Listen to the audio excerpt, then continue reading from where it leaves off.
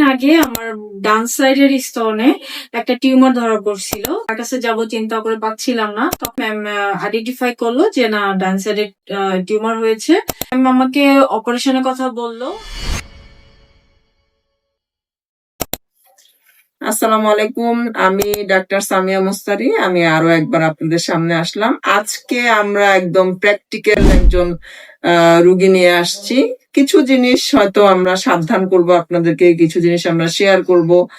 আর breast cancer, breast tumour নিয়ে আমাদের মধ্যে অনেক কনফিউশন থাকে। সেটা কোন ক্ষেত্রে কি, সেটা কিছুটা ধারণা আমি গতদিন দিয়েছিলাম। আজকে আমার একজন খুবই ভালো রুগী, চাকরিজীবী মানুষ।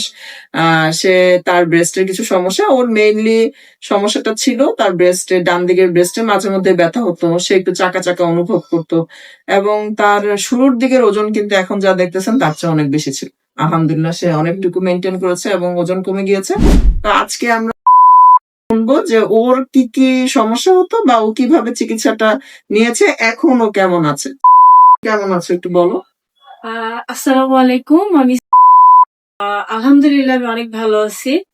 আমার বেশ কিছুদিন আগে আমার ডান সাইডের স্তনে একটা টিউমার ধরা পড়ছিল। তো আমি পুরুষ সার্জনের কাছে যাওয়ার জন্য চিন্তা ভাবনা ছিল না, আমি কার কাছে যাব চিন্তা করে পাচ্ছিলাম না। তখন আমি ম্যামের খবরটা পেলাম। তারপর আমি ম্যামকে দেখানোর পরে ম্যাম আইডেন্টিফাই করলো যে না, ডান সাইডে টিউমার হয়েছে।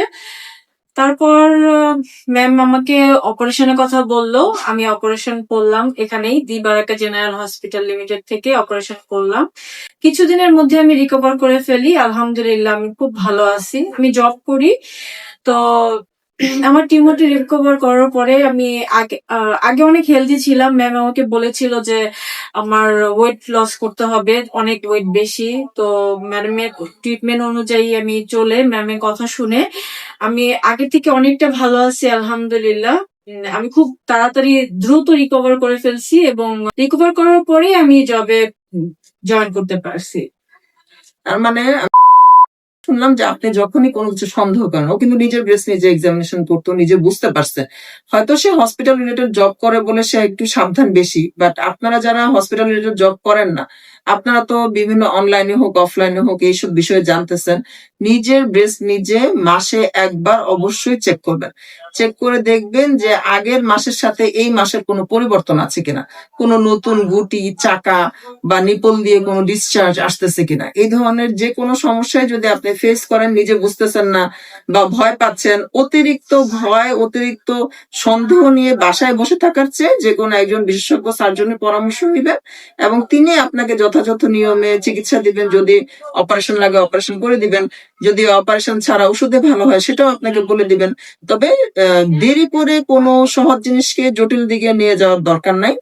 লজ্জা করে কোনো রোগকে খারাপ দিকে নিয়ে যাওয়ার, লজ্জা না করাটাই ভালো এবং এটা আমাদেরকে সুস্থতার প্রতি একটা অন্তরায় যে আমরা অসুখ নিয়ে লজ্জা পাওয়া।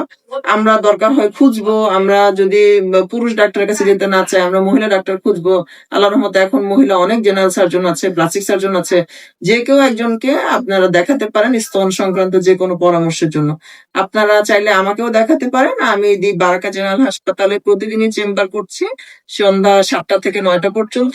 আপনারা আমাকে দেখাতে চাইলে এখানে দেখাতে পারবেন ইনশাল্লাহ। আবার একটা নতুন টপিকে পরে কোনো সময় কথা বলবো। আসসালামু আলাইকুম ওয়া রাহমাতুল্লাহ।